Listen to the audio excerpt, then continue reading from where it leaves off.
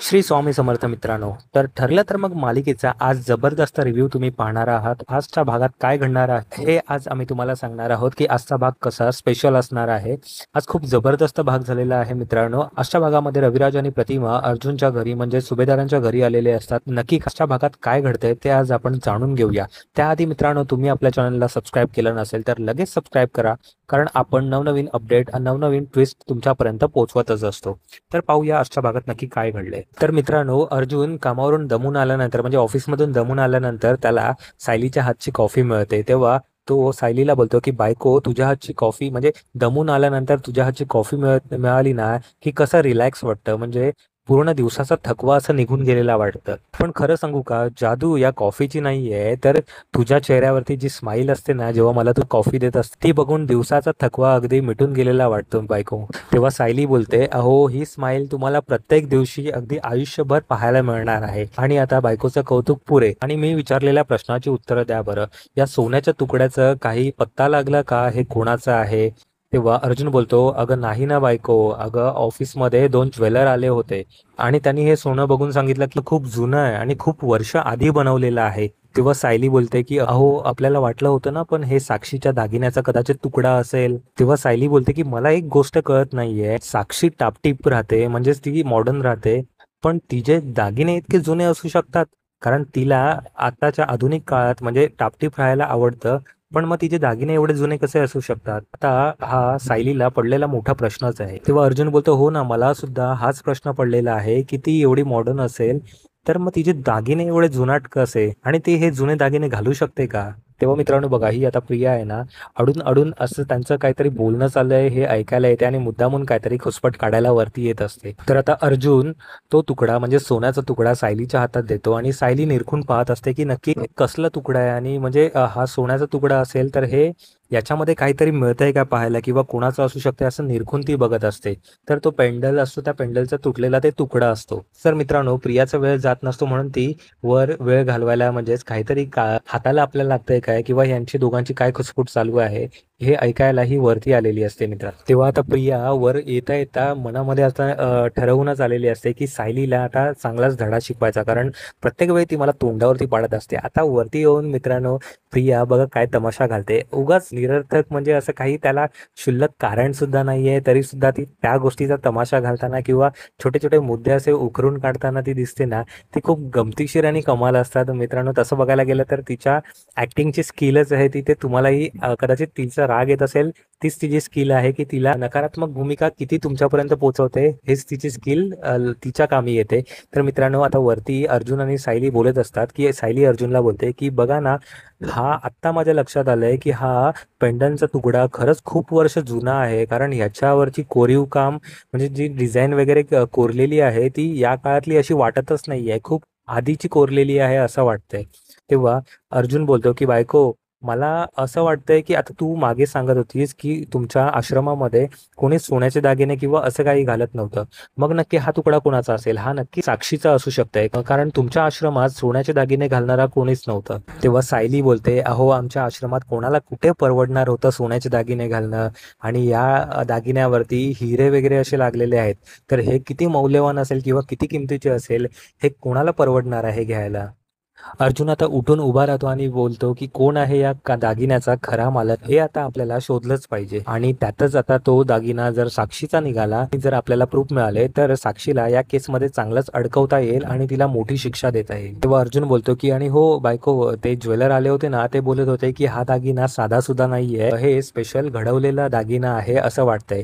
तेव्हा सायली बोलते, हो कदाचित हा दागिना त्यांनी घडवून म्हणजे बनवून घेतला असेल, कारण हे खूप वेगळंच वाटतंय। आणि या दोघांचं बोलणं चालू असताना प्रिया यांच्या खोलीमध्ये येते आणि मित्रांनो, एखाद्याच्या खोलीमध्ये जाताना आपण नॉक करतो, पण इथे प्रिया आहे ना, धाड करून दरवाजा जोरात आपटते आणि घरामध्ये येते, असं की तिचीच बेडरूम आहे असं, कारण तिला एवढं सुद्धा मॅनर्स नसतात की नवरा बायको आतमध्ये रूममध्ये आहेत तर कुठल्या तरी गोष्टीचा सेन्स असतो मित्रांनो। पण इथे काहीतरी वेगळंच दाखवलेलं आहे, कदाचित लेखकाच्या मताला किंवा बुद्धीला ते कितपत पटणारं असेल किंवा प्रेक्षकांना कितपत ते आवडेल याच्यावरती पण डिपेंड आहे। तर तुम्हाला, मला तर ह्या गोष्टी पटलेल्या नाहीयेत, तुम्हाला कसं वाटतंय? कारण एखाद्या नवरा बायकोच्या घरचा बेडरूमचा दरवाजा धाड करून उघडून यायचं हे मला तर चुकीचं वाटतंय। तर मित्रांनो, आता पुढे काय घडलंय ते बघा। आता अर्जुन आणि सायली या तुकड्याबद्दल प्रियाबद्दल काहीतरी बोलणार तेवढ्या जोरात दरवाजा धाड करून असा आपटतो आणि प्रिया घरात येते. आता या अचानक प्रियाच्या येण्याने हे दोघंही घाबरतात आणि सायलीच्या हातातला सोन्याचा तुकडा उडतो आणि प्रियाच्या पायाजवळ जाऊन पडतो. मित्रांनो बघा ना, इथे कोइन्सिडेंट किती म्हणजे एवढं किती कसं दाखवायचं हे आता दिग्दर्शकाला पुरेपूर कळलेलं असतं की नक्की काय ट्विस्ट ठेवायचं किंवा कोणाची पोलखोल करायची. तेव्हा मित्रांनो आता हा सोन्याचा तुकडा प्रियाच्या पायाजवळ गेल्यावरती सगळे एकमेकांकडे बघू लागतात. अर्जुन आणि सायलीची घाबरगुंडी उडालेली आपल्याला पाहायला मिळतं. कारण अचानक प्रियाच्या येण्याने त्यांच्यामधलं बोलणं जर प्रियाने ऐकलं असेल तर किंवा प्रियाला त्या सोन्याबद्दल काही माहीत असेल तर आपले प्रयत्न चालू आहेत त्याच्यावरती पाणी फेरलं जाईल असंच आता या दोघांना वाटू लागतं. सायली आणि अर्जुन एकमेकांकडे बघतच राहतात. बऱ्याच वेळा एकमेकांकडे बघत राहतात आणि नंतर मग प्रियाकडे सुद्धा बघत राहतात की ही अचानक कशी इकडे आली. आता या दोघांना वाटू लागतं की अरे देवा, हिने काय ऐकलं का किंवा हिला काही माहीत पडलं का. आता हे एवढ्या अशा अभिर्भावाने बघतात तेवढ्यात प्रिया बोलते की कशी तुमची चोरी पकडली. आता या लोकांना असं वाटतं की खरंच आपली चोरी पकडली गेली की काय. पण मित्रांनो एवढा एकमेकांकडे बघण्यामध्ये जेवढा वेळ घालवलाय, जेवढा सायलेन्स ठेवलाय, सस्पेन्स ठेवलाय, असं दाखवायलाच पाहिजे ना की आता प्रियाने अचानक एंट्री मारल्यावरती या दोघांची घाबरगुंडी उडाली म्हणजे नक्कीच चोरी पकडली. पण तसं मित्रांनो काहीच घडलेलं नाहीये. चोरी काही पकडलेली नसते. बघा काय घडले. आता प्रियाच्या या बोलण्याने कशी चोरी पकडली या बोलण्याने आता अर्जुन घाबरतो आणि प्रिया आता ते सोन्याचा लॉकेट, सोन्याचा ते तुकडा आहे तो हातात घेऊन बोलते की हे काय आहे. तेव्हा सायली बाजी मारून घेते. मित्रांनो बघा आता सायली कशी बाजी सावरते. सायली आता बोलते की अरे हा तो सोन्याचा तुकडा, यांच्या पेंडन मधला सोन्याचा तुकडा तो पडला होता. तो मला आता सोनाराकडे जाऊन जरा दुरुस्त करून जो घडवून घ्यायचा आहे. अर्जुनला काहीच कळत नाही की नक्की काय करायचंय, काय बोलायचंय. अर्जुन सायलीकडे बघतच राहतो आणि सायलीच्या चेहऱ्यावरती एक वेगळी स्माईल असते. तेव्हा सायली अर्जुनला बोलते हो ते नाही काय ते पेंडल मधला तुकडा पडलेला तुम्ही सांगितला होता तेच ते सोनाराकडे जाऊन बसवायचंय. आता तुम्हाला नाही आठवत आहे मग एक काम करते, तुम्हाला जर टाइम नसेल तर मीच जाऊन सोनाराकडे ते बसून घेते. आता सगळी बाजू सारवासारव करून आता सायलीने सावरून घेतलेली असते. त्यामुळे आता अर्जुन तिच्या होकारामध्ये होकार मिळवत तेव्हा अर्जुन बोलतो की बायको मी जाताना करू का तुला ड्रॉप त्या सोनाराकडे, म्हणजे तुलाही वेगळा वेळ काढायची गरज नाहीये. तेव्हा सायली बोलते अहो नको, माझी मी जाईल, तुम्ही कशाला तुमच्या कामातून वेळ काढून माझ्याबरोबर येत आहे, मी करून घेईल ते. आता मित्रांनो प्रियाच्या हातामधला तुकडा, सोन्याचा तुकडा तो सायली घेते आणि बोलते की प्रिया तुझं काय काम आहे तिकडे, तू आमच्या रूममध्ये अशी अचानक का आलीस, काय काम आहे तुझं. तेव्हा प्रिया बोलते की मी काय तुमच्या दोघांच्या गप्पा ऐकायला आले असं वाटतंय काय तुम्हाला. तेव्हा सायली विचार करते की बरं झालं हिने या आधीचं आमचं काही ऐकलं नाही, नाहीतर आता सगळ्या प्लॅनवरती पाणी फेकलं गेलं असतं. तेव्हा अर्जुन बोलतो की कशाला आलेस ग मग तू इथे आता. प्रिया बोलते की तुझ्या बायकोला खडसवायला आले मी इथे. आता तिच्या बोलण्यावरती अर्जुन तिच्याकडे असं रागाने बघतो ना की नक्की आता ही काय तमाशा घालणार आहे. उगाच काही कारण नसताना तमाशे घालत असते ही बाई. तेव्हा आता प्रियाचा बालिशपणा चालू होतं. मित्रांनो बघा आता काय घडतंय. किती आहे ना सायलीला बोलतं की सायली तू आपल्या या घरच्यांसमोर किती मला तोंडावरती पाडण्याचा प्रयत्न केलास ना तरी त्याच्यामध्ये तू सफळ होणार नाहीयेस. मी कधीच तोंडावरती पडणार नाहीये. कारण या सगळ्यांच्या मर्जीने मी लग्न करून आलेली यांची आवडती म्हणजे लाडकी सून आहे. मी लाडकी सून आहे, कळतंय का. आणि तू दोडकी, कायम लक्षात ठेवायचं. मित्रांनो बघा आता हिच्या या बोलण्यावरती सायलीने हिला काहीच भाव दिलेला नसतं. तेव्हा अर्जुन बोलतो दोडकी, बायको हे दोडकी काय आहे. तेव्हा आता अर्जुन दोडकी काय हा शब्द त्याला काहीच कळलेला नसतं. तेव्हा तो सायलीला विचारतो. तेव्हा सायली बोलते अहो जाऊ द्या, कशाला या गोष्टीवरती लक्ष देत आहे, हिच्या बोलण्यावरती काय लक्ष द्यायचं. तेव्हा प्रिया चिडते आणि बोलते सायली हे लक्षात ठेवा, मला हलक्यात घेऊ नको, तुला खूप महागात पडेल बघ, हे लक्षात ठेव तू माझं बोलणं. तेव्हा सायली बोलते अगं प्रिया महागात पडेल याचा विचार नको करू ग तू. आता घरच्यांना सगळं खरं खोटं समजायला लागलंय. अगं तुझं खोटेपणा आणि तुझं खरं रूप जेव्हा या घरच्यांसमोर येईल ना तेव्हा तुझी काय हालत होईल ना याचा तू आत्तापासूनच विचार करायला चालू कर.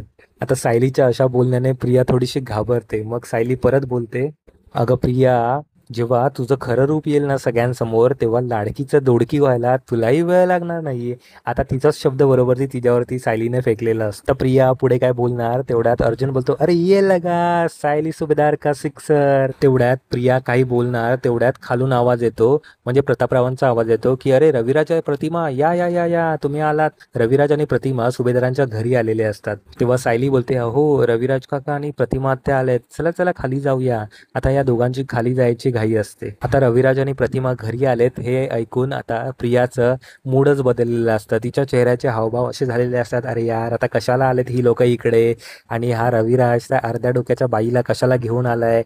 आता काय करणार इथे, काय माहिती काय तमाशा घडणार आहे. आता तिचे आविर्भाव असे चेहऱ्यावरचे दिसत असतात. तेवढ्यात अर्जुन बोलतो, ए कसला विचार करतेस तन्वी, तुझे आई बाबा आलेत ना, तू भेटणार नाहीयेस का त्यांना. तेव्हा सायली बोलते, अगं तुझे आई बाबा आलेत ना, तुला आनंद नाही झालाय का. तेव्हा आता तिच्या चेहऱ्यावरचा ती हावभाव बदलते आणि मोठी अशी फेक स्माईल देते आणि बोलते, हे बघ स्माईल, तुला काय दिसत नाही का माझ्या चेहऱ्यावरती मोठी स्माईल आलेली. माझे आई बाबा आलेत तर मला का आनंद होणार नाहीये. आणि मोठी स्माईल देत बोलते, आई बाबा आलेत माझे, चला. असं बोलून आता ती खाली जाते. आणि आता इथे सायली आणि अर्जुन उभे असतात. तेव्हा अर्जुन खोडकर अर्जुन तन्वीची म्हणजे प्रियाची ऍक्टिंग करतो आणि बोलतो, आई बाबा आलेत माझे, चला.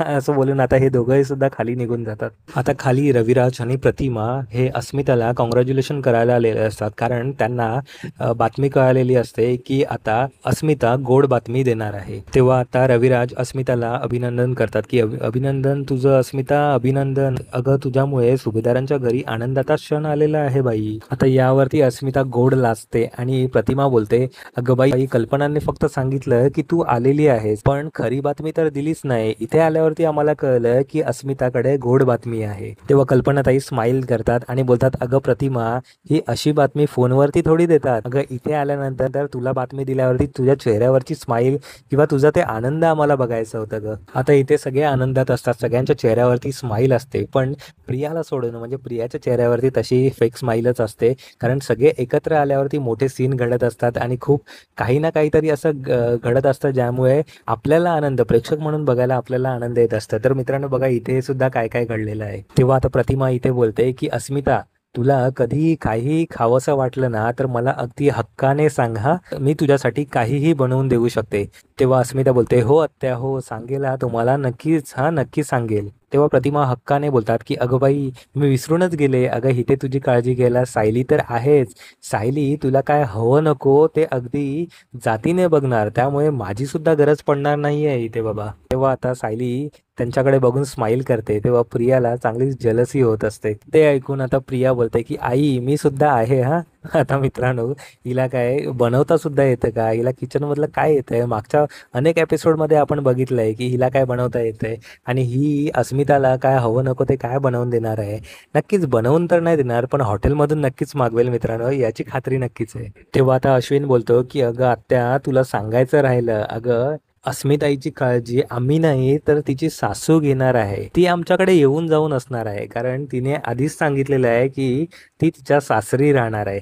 तर अश्विन आता खोड करत बोलत असतो की एक मिनिट, खरी ब्रेकिंग न्यूज तर तिच्या प्रेग्नेन्सीची नाहीच आहे, तर ब्रेकिंग न्यूज हीच आहे की अरे अस्मिताई आता तिच्या फॅमिली सोबत म्हणजे तिच्या सासरी राहणार आहे आणि अधूनमधून आपल्या घरी येत राहणार आहे ती. अश्विनच्या या बोलण्यावरती सगळेच अस्मिताची टर उडवत असतात आणि सगळेच हसू लागतात. आता यांचं हसणं चालू असताना रविराज बोलतात की अरे अर्जुन, त्या दिवशी भेटायचं राहूनच गेलं केसच्या नंतर. अरे काय आर्ग्युमेंट केलीस तू त्या दिवशी कोर्टामध्ये, अरे सरकारी वकीलला सुद्धा फेल करून टाकलंस तू. आता हे ऐकून प्रिया थोडी ततपप होत असते, कारण आता तिला वाटतं की हा किल्लेदार आणि अर्जुन आता एकत्रच होणार आहेत. तेव्हा किल्लेदार बोलतात की अरे तू स्वतःचे मुद्दे तर खूप चांगले मांडलेस, पण सरकारी वकिलाचे मुद्दे सुद्धा तू बऱ्यापैकी आणि चांगलेच खोडून टाकलेले आहेत, त्यामुळेच अर्जुन तो निकाल तुझ्या बाजूने लागला, असं आता रविराज बोलत असतात. तेव्हा अर्जुन बोलतो, अरे all thanks to you senior, अरे तू जर तो हरीशचा रिपोर्ट लवकरात लवकर मिळवून देण्यात मदत नसती केलीस ना तर ही केस माझ्या बाजूने कधीच उभी राहिली नसती. आता हे बोलल्यावरती प्रिया अर्जुन आणि किल्लेदाराकडे टकमक टकमक अशी बघत असते.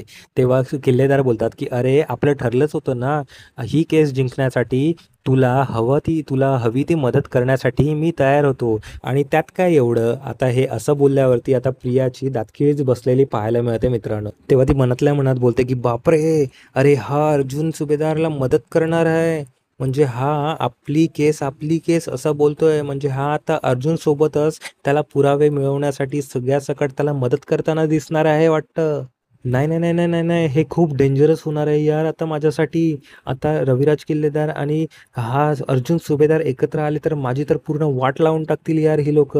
प्रिया मनातल्या मनात असा विचार करू लागते.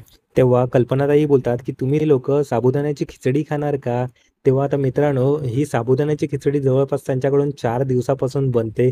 ती अजून काय बनलेली नाहीये. तर असो, मुद्द्याचा विषय हेच आहे, की आता उपवासाचा विषय निघणार आहे. म्हणजे साबुदाण्याची खिचडी तर आलीच मित्रांनो. तेव्हा कल्पना विचारते प्रतिमा आत्याला, की "तू खाशील का गं खिचडी?" तेव्हा प्रतिमा आत्या बोलते, की "नाही, नाही, माझा आज ते भागवत एकादशीचा निर्जळी उपवास आहे. त्यामुळे मी आज पाणीसुद्धा पिणार नाहीये." तेव्हा सायली बोलते, "अय्या प्रतिमा आत्या, तुम्ही सुद्धा निर्जळी उपवास धरता भागवत एकादशीचा?" तेव्हा प्रतिमा आत्या बोलतात, की "अगं हो, मला काल सुमन बोलली, की उद्या भागवत एकादशी आहे.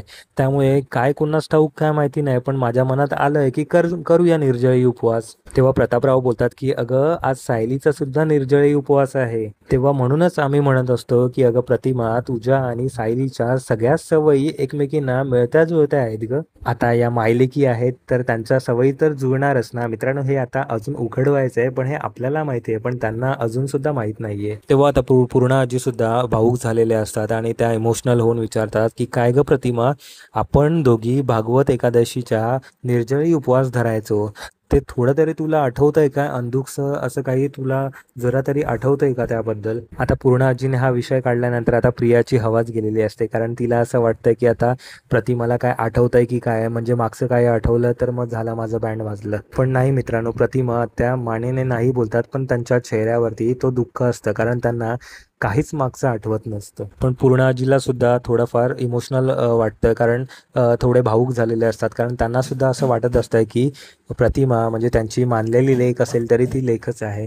सो प्रतिमाने तिचे मागचे क्षण, आनंदाचे क्षण जर आठवले, तर तिला मागचे क्षण काही आठवले तर खूप आनंद होईल असं आता पूर्ण आजीला सुद्धा वाटत असतं. तेव्हा रविराज प्रतिमाच्या खांद्यावरती हात ठेवतात आणि बोलतात, की "जाऊ दे प्रतिमा, डोंट वरी." तेव्हा आता प्रिया डोळे वर करते आणि शुष्केचा श्वास सोडते, की बरं झालं, यांना आता काही आठवत नाहीये. तेव्हा अश्विन बोलतो, की "काही नाही, होत असतं. मेमरी लॉसवाल्या पेशंटला त्यांच्या आठवणी त्यांच्या माइंडमध्ये असतात, पण कुठेतरी त्या अडून बसलेल्या असतात, दडून बसलेल्या असतात. त्यामुळे होतं हे कुठे ना कुठे. त्यांच्याही या उपवासाच्या आठवणी कुठे ना कुठेतरी अडून राहिलेल्या असतील, पण काही हरकत नाहीये. हळू त्यांना त्याही गोष्टी आठवू लागतील." तेव्हा आता विषय बदलण्यासाठी रविराज पटकन बोलतात, की "माझं काही उपवास नाहीये बाबा. मी काहीही खायला तयार आहे. तुम्ही केलेले सगळ्या सकट मी खायला तयार आहे." आता हे रविराजचं बोलणं ऐकून सगळे हसू लागतात. तेव्हा रविराज बोलतात, की "काय गं तन्वी, तू सुद्धा निर्जळी उपवास धरलेला आहेस का?" "बाई, निर्जळी उपवास वगैरे काय धरू नकोस. फळं वगैरे काहीतरी खाऊन घे हां." आता त्यांच्या या बोलण्यावरती पूर्णाजी बघा कशी रिॲक्ट होते. तेव्हा पूर्णाजी बोलतात, की "रविराज, तन्वीने काही उपवास केलेला नाहीये. तसं त्या बाबतीत आमचं काही बोलणं नाहीये. तिला वाटेल तर ती उपवास करेल, नाहीतर असं काही नाहीये की तिने उपवास धरलंच पाहिजे." पण रविराज, हल्ली ना तन्वी खूप खोटं बोलायला लागली आहे रे. तेव्हा आता पूर्णाजीने असं बोलल्यावरती सगळ्यांच्या नजरा आता तन्वीकडे म्हणजेच प्रियाकडे जातात. आता प्रियाचं पितळ उघडं पडतंय की काय असं आता तिला वाटू लागतं.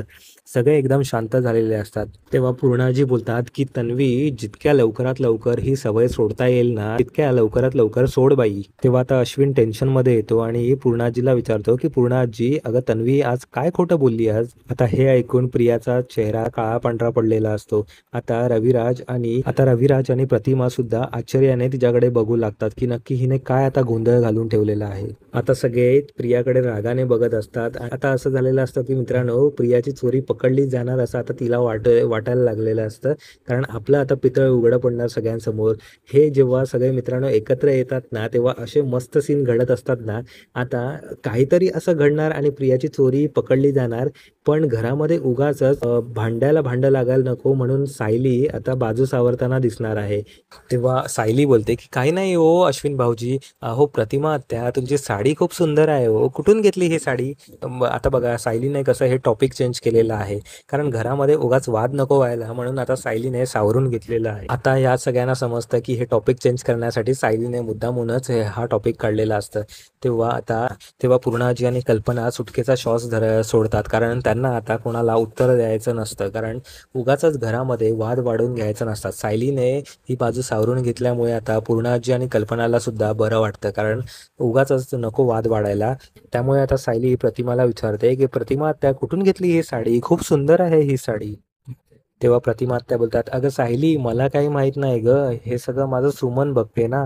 त्यामुळे आता सुमननेच ही साडी मला दिली होती." तेव्हा सायली बोलते, की "अय्या प्रतिमा आत्या, सुमन काकींची चॉईस सुद्धा खूप सुंदर आहे हो." आणि हा विषय आता इथेच स्टॉप होतो आणि इथेच हा सीन संपतो. तर याच्या पुढे आता महिपत आणि नागराजचा सीन दाखवलाय मित्रांनो.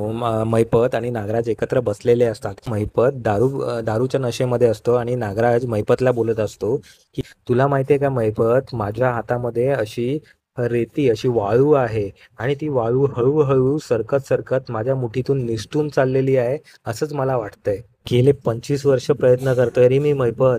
माझ्या दादाचा एकूण एक पैसा माझ्या नावावरती कसा करायचा याचाच विचार माझा चालू आहे. तेही लवकर झालं असतं रे, माझ्या नावावरती झालं असतं. पण या विलास मर्डर केसने पार वाट लावून ठेवले रे माझी." तेव्हा दारू पियालेला महिपत नागराजला बोलतो, की "तुमचं स्वप्न सोडा हो नागराज सेठ. अहो इथे 2 वर्षापासून मी माझ्या पोरीला सोडवण्याचा प्रयत्न करतोय, पण तो माझं स्वप्न अजून काय पूर्ण होत नाही आणि सगळीकडून माझे प्रयत्न फेल होतेत. सगळीकडे तो अर्जुन सुभेदारच जिंकायला लागलाय." आणि असं बोलत तो त्याच्या हातातली दारूची बॉटल जोरात तिकडे आपटतो आणि ती बॉटल फुटते आणि त्या फुटलेल्या बॉटलची काच उचलून महिपत नागराजला बोलतो कसा, "नागराज सेठ, ही जर काच अर्जुन सुभेदाराच्या पोटात खुपसली तर सगळा मामलाच फिट होऊन जाईल. ना ती केस, ना वकील, ना ती मर्डर केस, सगळा प्लॅनच फिक्स होऊन जाईल. खुपसू का खुपसू?" असा आता तो नागराजला बोलत असतो. तेव्हा नागराज बोलतो महिपतला, अरे येड्या, असं काय करू नकोस. उगाच एक केस निस्तारताना नाकी नऊ येते. उगाच दुसरं काय करून बसू नकोस." तेव्हा नागराज बोलतो, बाबा, तू ती विलास मर्डर केस राहील बाजूला आणि तू जाशील तुझ्या पोरीसोबत खडी फोडायला." तेव्हा महिपत बोलतो, की "मी आजवर एवढे मर्डर खपवलेत, कोणाला थांब पत्ता लागलेला नाहीये. हा सुद्धा एक मर्डर असंच खपवून टाकेल मी." तेव्हा नागराज बोलतो, "अरे बाबा महिपत, अरे अर्जुन सुभेदार वेगळं प्रकरण आहे रे बाबा. त्याचा मर्डर तुला काय पचणार नाही." इतकाच काय तो महिपत आणि नागराजचा सीन दाखवलाय मित्रांनो आजच्या या भागामध्ये. तर पुढच्या भागामध्ये असं दाखवलेलं आहे मित्रांनो, की सायली आणि अर्जुनचा बेडरूममधला सीन आहे. त्याच्यामध्ये अर्जुन सायलीला विचारत असतो, की "बायको, तू बाजू सावरून चांगलीच घेतलीस. काय नक्की घडलं होतं? काय खोटेपणा तन्वीचं म्हणजेच प्रियाचं पूर्णा जी सांगत होती, ते तू विषयांतर केलंस आणि विषय बदलून टाकलास. नक्की काय घडलं होतं?" आता अर्जुन सायलीला विचारू लागते. तेव्हा सायली बोलते, "अहो काही नाही हो. तेच खोटेपणा, खोटं वागणं वगैरे ते प्रियाचं चालूच असतं. त्यामुळे तिचं खोटं मी पकडलं." तेव्हा अर्जुन बोलतो, की "नक्की काय घडलं होतं?" तेव्हा सायली सगळं प्रकरण सांगते. तेव्हा अर्जुन बोलतो, की "शोभतेस तू वकिलाची बायको." आणि कधी-कधी असं वाटतं ना, की कोर्टामध्ये किंवा ऑफिसमध्ये मला बोलतात, की "सायलीचा नवरा म्हणून शोभतोयस तू." आता तारीफ करताना दिसत असतो. मित्रांनो, इथेच आजचा भाग संपून जातो. आता पुढच्या भागात असं पाहायला मिळणार आहे, की जो सोन्याचा तुकडा सापडला होता, तो नक्की कोणाचा आहे याचा शोध आता अर्जुन आणि सायली आणि चैतन्याने सुरू केलेला असतो. तो सोन्याचा तुकडा कोणाचा आहे हे शोधण्यासाठी आता चांदेकर ज्वेलर्सकडे अर्जुन आणि त्याची टीम ही गेलेली दिसणार आहे. तेव्हा अर्जुनला कळतं, की एका बाईचा तो सोन्याचा तुकडा आहे. तो सोन्याचा तुकडा किंवा जो सोनं घडवलेलं आहे, तो खूप वर्षाआधी घडवलेलं होतं आणि ते घडवणारी किंवा तो सोन्याचा तुकडा बनवायला सांगणारी व्यक्ती म्हणजे कालिंदी महाडिक. आता मित्रांनो, कालिंदी म्हणून हे पात्र नवीन आपलं ठरलं तर मग मालिकेमध्ये आता एंटर होणार आहे. कदाचित ते पात्र कालिंदी म्हणून साक्षीची आईसुद्धा असू शकते किंवा साक्षी कुठलेतरी पुरावे असं मिळवण्यासाठी कालिंदीचा उपयोग होऊ शकतोय असंच वाटतंय. तर तुम्हाला काय वाटतंय मित्रांनो, आम्हाला नक्की कमेंट करून सांगा आणि आपल्या चॅनलला सबस्क्राईब केलं नसेल तर लगेच सबस्क्राईब करा.